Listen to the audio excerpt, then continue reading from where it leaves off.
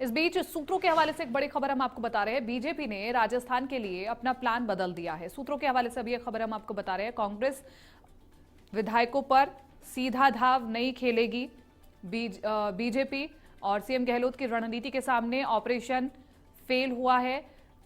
मध्य प्रदेश की तर्ज पर प्लान बन रहा है। सूत्रों के हवाले से खबर, आलाकमान की बीजेपी नेताओं को सख्त हिदायत, एमएलएस के इस्तीफे नहीं होते उसके अलावा कोई कदम ना उठाए। बीजेपी अब फूक फूक करके कदम रख रही है। बीजेपी को अब कांग्रेस के विधायकों पर विश्वास नहीं है। बीजेपी का नया प्लान है, कांग्रेस एमएलए अपने इस्तीफे दे, अल्पमत में आने पर दोबारा बीजेपी से चुनाव लड़े। इसके बाद बीजेपी सरकार बनाने की कवायद शुरू करेगी।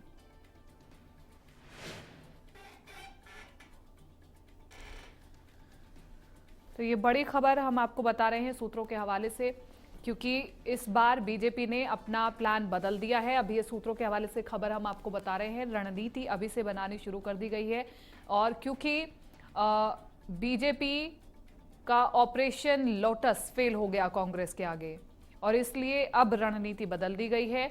और बीजेपी ने कहा है कि पहले कांग्रेस एमएलए अपना इस्तीफा दे, एमएलए के इस्तीफे नहीं होते तब तक कोई कदम ना उठाए, अल्पमत में आने पर दोबारा बीजेपी से चुनाव लड़े। तो उपचुनाव और उपचुनाव से पहले नीति बनाई जा रही है, और ये कह दिया गया है कि कांग्रेस के एमएलए पर विश्वास नहीं किया जाएगा। पहले वो इस्तीफा देंगे, बीजेपी में आएंगे, और उसके बाद ही आगे बढ़ा जाएगा। तो ये जरूरी भी है बीजेपी के लिए कि वो सोच सोच के कदम रखे, क्योंकि कांग्रेस से सीधा मुकाबला, और कांग्रेस एक मजबूत पार्टी इस वक्त राजस्थान में है, और सीएम अशोक गहलोत नेतृत्व कर रहे हैं, काफ़ी ज़्यादा अनुभवी वो।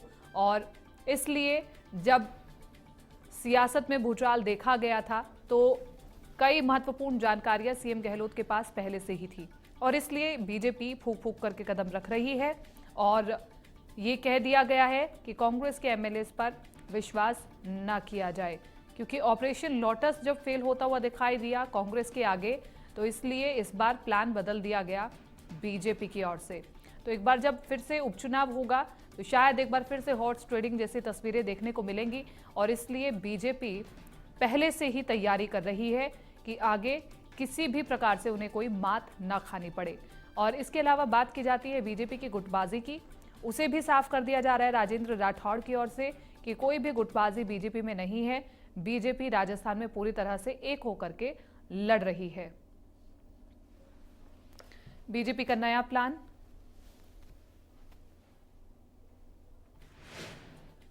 इस खबर को लेकर के मेरी सहयोगी प्रीति सिंह ने बात की है इंडिया न्यूज राजस्थान के संपादक मनु शर्मा से। देखिए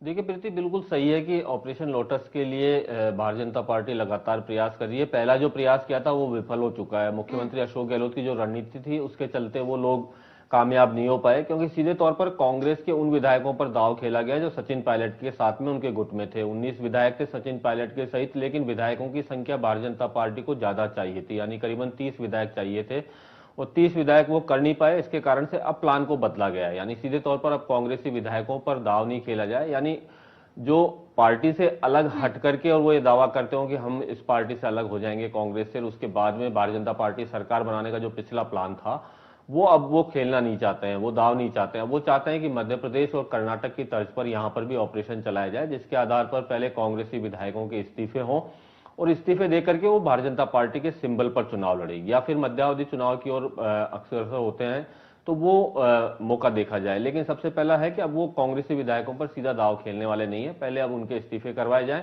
इस्तीफे करवाने के बाद में अगर वो अलग हो जाते हैं और भारतीय जनता पार्टी के सिंबल पर अगर वो चुनाव लड़ते हैं और वापस से चुनाव जीत कर आते हैं, तो यानी जैसा मध्य प्रदेश में दोहराया गया था वैसा यहां पर करना चाह रहे हैं, यानी प्लान को बदल दिया गया है। पिछली बार का प्लान अलग था कि सचिन पायलट के साथ में करीबन 30 विधायक अलग हो जाते हैं, तो उनको शामिल करवा करके किसी न किसी रूप में सरकार बनाने की कोशिश थी, लेकिन वो प्लान मुख्यमंत्री अशोक गहलोत ने जो रणनीति बनाई थी उसके चलते विफल हो गया था, और अब वो चाह रहे हैं कि प्लान को बदल करके और दूसरा प्लान बनाया जाए। आज प्रीति बताना चाहेंगे, दिल्ली के अंदर एक महत्वपूर्ण बैठक हो रही है भारतीय जनता पार्टी की। उस बैठक के अंदर भारतीय जनता पार्टी के अपने खुद के मुद्दे तो हैं ही, जिसके अंदर पार्टी के अंदर जिस तरह का नेतृत्व को लेकर के अभी तक भी चल रहा है कि कहीं जो गुटबाजी रहती है पार्टी के अंदर, जिसमें एक गुट वसुंधरा राजे का रहता है, एक गुट आज भी सतीश पूनिया जो अलग नेतृत्व कर रहे हैं उसका, वो रहता है, उस गुटबाजी को दूर करने की भी है। दूसरी ओर जो ये जो इंडिया न्यूज के पास जो सूत्रों के हवाले से जानकारी मिली थी, उसमें भारतीय जनता पार्टी के नेताओं को ताकीद करने की बात है।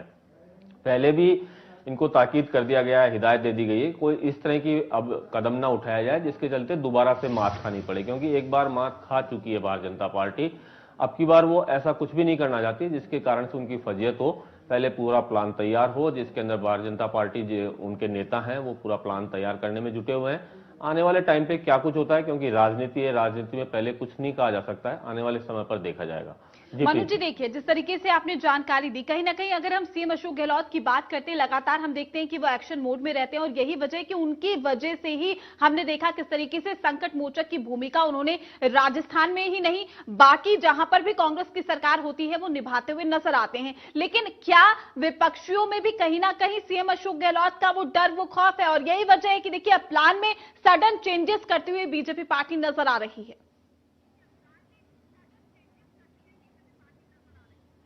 बिल्कुल सही कह रहे हैं प्रीति कि मुख्यमंत्री अशोक गहलोत को जो अनुभव है वो करीबन 4 दशक की राजनीति का है, यानी 40 साल से वो राजनीति में है।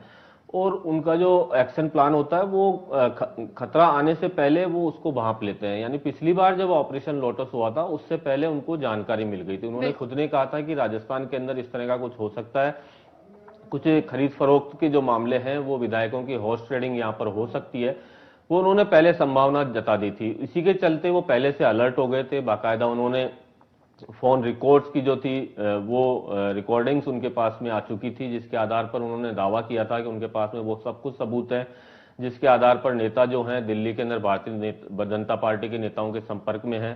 वो तमाम बातें उनके पास में पहले उनका जो इंटेलिजेंस, उनका खुद का एक अपना इंटेलिजेंस भी काम करता है, वो सरकारी उसके ऊपर भी निर्भर नहीं रहते, लेकिन उनके जो सूत्र रहते हैं वो काफी महत्वपूर्ण सूचनाएं वो संकलित करते रहते हैं, जिसी के आधार पर उनको पहले से सूचना मिल गई थी कि कुछ इस तरह का हो सकता है। इसी के चलते उन्होंने रणनीति बनाई, क्योंकि सभी विधायकों को एकजुट रखना सबसे बड़ी बात होती है। जो लोग 19 विधायक चले गए उसके बाद में जो बाकी के जो विधायक थे उनको बाकायदा उन्होंने एकजुट रखा। होटल फेयरमाउंट में जयपुर के अंदर रखना पड़ा उनको, बाड़ेबंदी रखना पड़ा महीनों तक।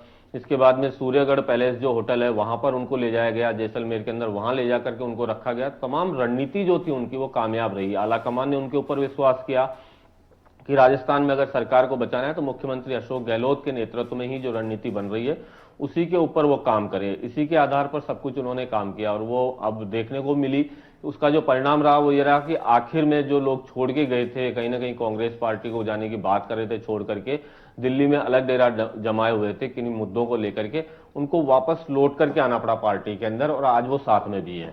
तो एक वो रणनीति थी मुख्यमंत्री अशोक गहलोत की, जिसके चलते भारतीय जनता पार्टी को मात खानी पड़ी। यही कारण है कि आज भारतीय जनता पार्टी के चाहे केंद्र के नेता हों चाहे यहाँ के नेता हों, वो मुख्यमंत्री अशोक गहलोत की रणनीति के आगे पहले देख चुके हैं कि एक बार मात खा चुके हैं, लेकिन अब की बार जो प्लान तैयार हो वो ऐसा पुख्ता और प्लान तैयार हो जिसके चलते उनको मात नहीं खानी पड़ी, इसीलिए प्लान में चेंज किया गया है। जी मनु जी,